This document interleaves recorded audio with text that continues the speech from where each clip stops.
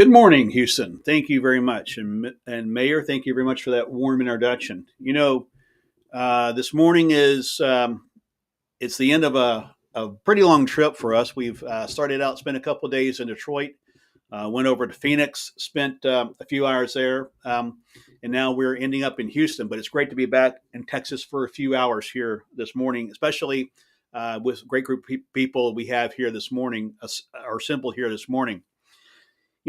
This trip we highlighted some key cornerstones of our administration. We talked education in Detroit, met with some of the school teachers. We talked automaking, met with some of the folks over in Dearborn. We went over to Phoenix and we talked about an investment in semiconductors. We announced yesterday that Intel will be given $8.5 billion to help fund new chip plants in Arizona, New Mexico, Ohio, and Oregon. It's a fantastic program for these states, and it's because of, you remember almost 4 years ago, we were in a supply chain issue where we were running out of semiconductors. I remember seeing the scenes of car lots almost empty because semiconductors couldn't be delivered fast enough to put in these cars. Semiconductors control so much of what we do in our daily lives. What's being used this morning to put on this event here and also broadcasting it is through a semiconductor. I think about just down the road down at Johnson Space Center, what they do, getting the SLS and the Artemis ready to go back to the moon. It's semiconductors. So much of that is tied to semiconductors, and it's good to see these jobs coming back onshore in the United States, and it's good to see us investing in these funds. And I talk about education, and I know that we're really big about this in Texas, especially in this part of the state with NASA just being down the road there in Clear Lake. But you think about it, the future of our nation rests in these schools. And they're going to be the engineers that occupy these plants in Arizona, New Mexico, Ohio, and Oregon. They're going to be the engineers, the astronauts who are just down the road there in Clear Lake, occupy the Johnson Space Center. And we have to get them ready for their future. And my education program, these incentives we talk about, is laying the groundwork for that. But it's great to be here this morning. Again, like I said, in Texas for a few hours, but it's great to be here. Today in communities across our great nation, I stand before you with a sense of duty and purpose, ready to embark on a journey that transcends party lines and personal ambitions, a journey toward a brighter, more prosperous future for all Americans. As we gather here this morning, let's reflect on the challenges and opportunities that define our present and shape our collective destiny. Let us acknowledge the complexities and uncertainties that lie ahead, but let us also embrace the boundless possibilities that await us if we had the courage and determination to seize them. And I think about that just being in the city, this right down the road at Rice Stadium, President Kennedy, in a very hot, if I remember, it was August, if I remember right, but in Rice Stadium, when he said, why we go to the moon, it's because it's there and space is there. And we did it. We made a commitment and we did it. There's nothing in this country, and I know Houstonians know this, I know Texans know this, there's nothing in this country that we can't accomplish if we put our mind to it and dedicate ourselves to it. I've seen sometimes that we seem to have lost that. And I just think back to the days that, in the most trying times of our nation's history, the Vietnam War, there were men and women down the road in Clear Lake who were propelling men to the moon, and they did it. And like I said earlier, at the heart of our national discourse lies the imperative of education, the cornerstone of our society, the foundation upon which our democracy rests. Our schools are not just buildings. they are crucibles in which the future of our nation is forged, where young minds are nurtured and the seeds of progress are sown.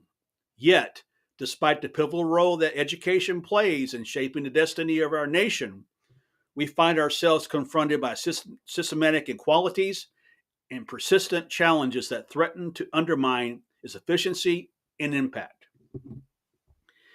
It's time for us to prioritize education spending, recognizing that an investment in our educational infrastructure is an investment in our collective future. This entails not merely allocating financial resources, but also adopting an approach that addresses the multifaceted needs of our educational institutions. From modernizing infrastructure and enhancing technology to promoting innovative practices and providing adequate support for educators, we must pursue a comprehensive strategy that ensures equal access to quality education for all students, regardless of their social economic background and geographical location. It doesn't matter what your economic background is. It doesn't matter if you live in the far reaches of West Texas, way out near El Paso, where there's not very many cities. You are entitled to an education, just as you're entitled to an education in the city of Houston, Texas. And yet we talk about that. None of this is possible without the dedicated teachers, the unsung heroes who shape the minds of the next generation, instilling in them the values of hard work, compassion, and resilience. It's time to honor their invaluable contributions by advocating for substantial pay raises, professional development opportunities, and the resources to excel in their vital roles as mentors, guides, and champions of knowledge. And that's who they are. They are champions of knowledge. And you think about how much time a teacher spends in a classroom. And I think a lot of times people get into education for maybe, and I may be wrong on this, but they see the hours. They say, "Oh man, I get the summers off. I go in at 7:45. I get off at 3:45. Man, this is great." The first couple, and I've seen this, first couple of days are there. They realize it's meetings, it's lesson plans, it's report cards, it's parent emails, it's parent conferences. It's 80 hours a week. And sometimes after 2 or 3 days, they're done. And a lot of them, I can't say a lot of them do it for the pay. A teacher I once knew, she had this on her back of her laptop. We all had these stickers, kind of tells our personalities. I remember hers says, I got in teaching for the fame and the money. Well, it's definitely not the fame. It's definitely not the money. It's a calling. It is a calling. And I truly believe that they need a substantial increase in pay and acknowledgement for what they do, because they do shape the future of this nation. Transitioning to the economic realm, we are confronted by the challenges of unemployment, a scourge that threatens the livelihoods of millions, sowing seeds of despair and uncertainty in communities across our nation. To address this, we must pursue comprehensive unemployment reform, encompassing not only short-term relief measures, but also long-term strategies aimed at fostering economic resilience, promoting workforce development, and fostering entrepreneurship. By investing in job training programs, supporting small businesses, and implementing policies that promote innovation and entrepreneurship, we can empower individuals to adapt and thrive in a changing economy, building a more resilient workforce and ensuring economic prosperity for all. Think about it. 4 years ago this week, we were in the very early days of a pandemic. Unemployment was on the verge of going to 15%, and millions were without work. Millions lost their jobs. Now, unemployment's down to 3%. People are back to work. But there is that select few who found a way to stay on unemployment and have not returned to the workforce. Think about this statistic, and you can look it up, the BLS statistics. In this There are 1.6 jobs available for every American in this country. That means in this room in Houston, Texas, there are 1.6 jobs available. You can walk out of here this morning, walk down the street, and probably get a job in no time. Why is it? Why is it there's people that are staying out of the workforce? Why is it we continue to fund that when you're able to body to be in the workforce? And I'm not, when it comes to enhanced unemployment, I'm not talking about our senior citizens. They've earned their retirement. I'm not talking about the stay-at-home parents. They have made those arrangements. They've got it figured out. I'm talking about those people who went on unemployment during COVID and never returned to the workforce. Under my administration, that will stop. Finally, let's cast our gaze upon our borders to the realm of foreign affairs, a domain fraught with complexity, uncertainty, and competing interests in an interconnected world characterized by geopolitical rivalries, transitional threats, and emerging challenges.